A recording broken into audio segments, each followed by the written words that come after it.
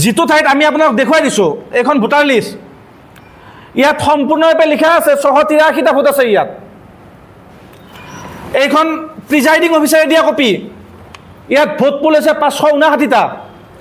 আৰু এইখন নিৰ্বাচনী বিষয়াই দিয়া কপি ইয়াত ভোট পোল দেখুওৱা হৈছে 1034টা 84টা ভোট তাত নাকচ হৈছে আৰু বৈধ ভোট আছিল আপোনাৰ 950টা এতিয়া আমাৰ প্ৰশ্ন হ'ল ইয়াৰে শুদ্ধ কোন আৰু সত্য কোন প্ৰথমে নিৰ্বাচন আয়োগে প্ৰকাশ কৰা ভোটাৰ তালিকাত থকা ভোটাৰখিনি লিষ্টখন শুদ্ধ নে প্ৰিজাইডিং অফিচাৰে তাত প্ৰদান কৰা এই চাৰ্টিফিকেটখন শুদ্ধ নে নিৰ্বাচনী বিষয়াই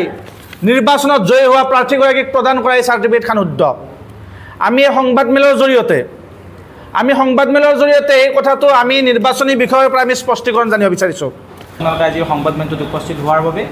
ধন্যবাদ তথা কৃতজ্ঞতা জ্ঞাপন কৰিছোঁ আজিৰ মূল বিষয়বস্তু হ'ল যে আমি আজি ইয়াতে আপোনালোক সংবাদমেলত আপোনালোক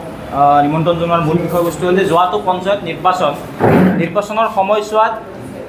শাসকীয় পক্ষই জোৰ জুলুম দি আমাৰ প্ৰাৰ্থীসমূহক বিৰোধী কংগ্ৰেছ দলৰ প্ৰাৰ্থীসমূহক যেনেধৰণে ভয় ভাবুকি দিলে সেয়াটো আছেই পঞ্চায়ত নিৰ্বাচন হৈ যোৱাৰ পিছতো ফলাফলৰ ক্ষেত্ৰত তেওঁলোকে বিভিন্ন ধৰণৰ ক্ষমতাৰ অপপ্ৰয়োগ কৰি প্ৰশাসনক ব্যৱহাৰ কৰি আমাৰ প্ৰাৰ্থীসমূহক হৰুৱাৰ সম্পূৰ্ণ অপচেষ্টা কৰিছে সেই বিষয়ে আজি আমি আপোনালোকক আজি সংবাদমেলটো দিয়াৰ মূল উদ্দেশ্য সেয়া আমাৰ দুগৰাকী প্ৰাৰ্থী সদস্য পদৰ প্ৰাৰ্থী আমাৰ দুগৰাকী ইয়াতে চন্দন বনিয়া ডাঙৰীয়ানী বাইদেউ আৰু তৰালী দেৱী ডাঙৰীয়ানী বাইদেউ আমাৰ ইয়াতে উপস্থিত আছে আৰু এই বিষয়টো বিস্তাৰিতভাৱে আপোনালোকক আমাৰ অসম প্ৰদেশ যুৱ কংগ্ৰেছৰ সম্পাদক ভাস্কৰ কলিতা ডাঙৰীয়াক আগবঢ়াবলৈ অনুৰোধ জনাইছোঁ আটাইকে আমি অসম প্ৰদেশ যুৱ কংগ্ৰেছৰ তৰফৰ পৰা আন্তৰিক শ্ৰদ্ধা জ্ঞাপন কৰিছোঁ মূলতঃ আজি আপোনালোকক আমন্ত্ৰণ জনোৱাৰ মূল উদ্দেশ্য হ'ল যে সমাগত যি পঞ্চায়ত নিৰ্বাচন হৈ গ'ল ইতিমধ্যে পঞ্চায়ত নিৰ্বাচন অনুষ্ঠিত হৈ গ'ল আপোনাৰ যোৱা 7 তাৰিখে ভোট গ্ৰহণ আছিল আৰু 11 তাৰিখে ভোট গণনা আছিলে আৰু যিসকল প্ৰাৰ্থীয়ে পঞ্চায়ত নিৰ্বাচনত অৱতীৰ্ণ হ'ল আৰু যিসকলে জয়ী হ'ল অৱতীৰ্ণ আৰু জয়ী হোৱা আটাইকেইগৰাকী প্ৰাৰ্থীক আমি আন্তৰিক ধন্যবাদ জ্ঞাপন কৰিছোঁ কৃতজ্ঞতা জ্ঞাপন কৰিছোঁ যে তেওঁলোকে গ্ৰাম্য অঞ্চলৰ উন্নয়নৰ কাৰণে তেওঁলোকে কাম কৰি যাব কিন্তু এইখিনিতে এটা বিষয় আমি আপোনালোকৰ ওচৰত উত্থাপন কৰিব বিচাৰিছোঁ এই পঞ্চায়ত নিৰ্বাচন অনুষ্ঠিত হৈ যোৱা ৰঙিয়া বিধানসভা সমষ্টিৰ 107 নং পুথিমাৰী গাঁও পঞ্চায়তৰ 10 নং সোণেশ্বৰ সমষ্টি অৰ্থাৎ সোণেশ্বৰ গাঁও সভাৰ যিটো আপোনাৰ ৱাৰ্ড নিৰ্বাচন আছিল ৱাৰ্ডৰ প্ৰাৰ্থী আছিল তাত 3 গৰাকী প্ৰাৰ্থী নিৰ্বাচনত অৱতীৰ্ণ হৈছিল আৰু সেই গাঁও সভাখন বা সেই সোণেশ্বৰ সমষ্টি 10 নং সোণেশ্বৰ সমষ্টিটো মহিলাৰ বাবে সংৰক্ষিত আছিলে তাত 3 গৰাকী প্ৰাৰ্থী নিৰ্বাচনত অৱতীৰ্ণ হৈছিল এগৰাকী আছিল চন্দনা বনিয়া আমাৰ মাজত আছে এখেত আনগৰাকী আছিল তৰালী দেৱী তেখেতো আমাৰ মাজত উপস্থিত আছে আৰু আন এগৰাকী আছিল হিমাদ্ৰী দাস 3 গৰাকী প্ৰাৰ্থীয়ে তাত অৱতীৰ্ণ হৈছিল আৰু নিৰ্বাচন আয়োগৰ যি ব্যৱস্থাপনা সেই ব্যৱস্থাপনাৰ জৰিয়তে তেওঁলোকে পঞ্চায়ত নিৰ্বাচনৰ প্ৰাক মুহূৰ্তত যিখন ভোটাৰ তালিকা তেওঁলোকে প্ৰকাশ কৰিছিল 107 নং পুথিমাৰী গাঁও পঞ্চায়তৰ 10 নং সোণেশ্বৰ গাঁও সভাৰ কাৰণে এই গাঁও সভাখনত মুঠ ভোট আছিল আপোনাৰ 683টা তাৰ পুৰুষ ভোট আছিল 337টা আৰু মহিলা ভোট আছিল আপোনাৰ 346টা এইখন আপোনাৰ পঞ্চায়ত নিৰ্বাচনৰ ভোটাৰ লিষ্ট ভোটাৰ তালিকা আৰু যোৱা 7 তাৰিখে যি আপোনাৰ ভোট গ্ৰহণ অনুষ্ঠিত হ'ল এইখন আপোনাৰ ভোট গ্ৰহণ সম্পূৰ্ণ হোৱাৰ পাছত তাৰ প্ৰিজাইডিং যিগৰাকী অফিচাৰ অৰ্থাৎ প্ৰিজাইডিং বিষয়াগৰাকীয়ে স্বাক্ষৰ কৰি দিয়া এখন আপোনাৰ কপি তাত কিমান ভোট পোল হ'ল কিমান ভোট পোল নহ'ল এইখন আপোনাৰ কপি আৰু এই কপিখনত উল্লেখ কৰা অনুযায়ী তাত আপোনাৰ সৰ্বমুঠ ভোট পোল হৈছিল আপোনাৰ 683টা ক্ষমা কৰিব সৰ্বমুঠ ভোট পোল হৈছিল 559টা আৰু তাত ভোট আছিল আপোনাৰ 683টা ভোটৰ ভিতৰত পোল হৈছিল 559টা ভোট কিন্তু অতি আচৰিতভাৱে আপোনালোকৰ এই কথাটো গম পালে চকু কপাল উঠিব অতি আচৰিতভাৱে যে নিৰ্বাচন আয়োগে যিখন আপোনাৰ 12 তাৰিখে নিৰ্বাচনী বিষয়াই জয়ী হোৱা প্ৰাৰ্থীগৰাকীক যিখন প্ৰমাণপত্ৰ প্ৰদান কৰিলে অতি আচৰিতভাৱে এই প্ৰমাণপত্ৰখনত তেওঁলোকে উল্লেখ কৰিলে যে তাত সৰ্বমুঠ ভোটদান হৈছিল 1034টা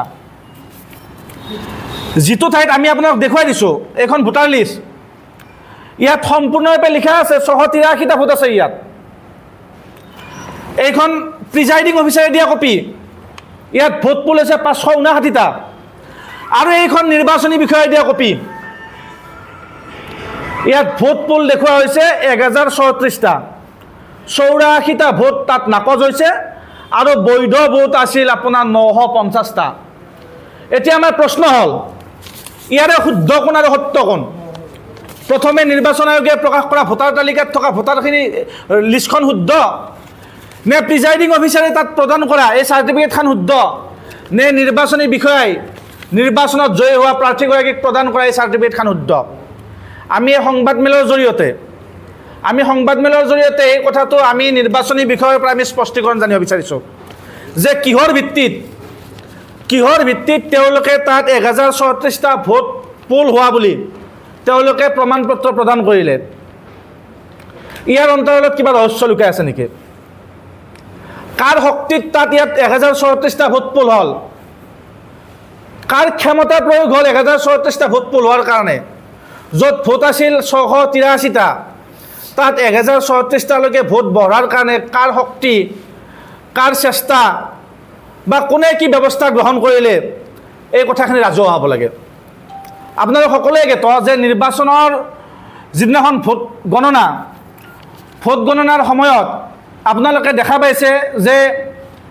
ৰঙিয়াৰ বিধায়কগৰাকীয়ে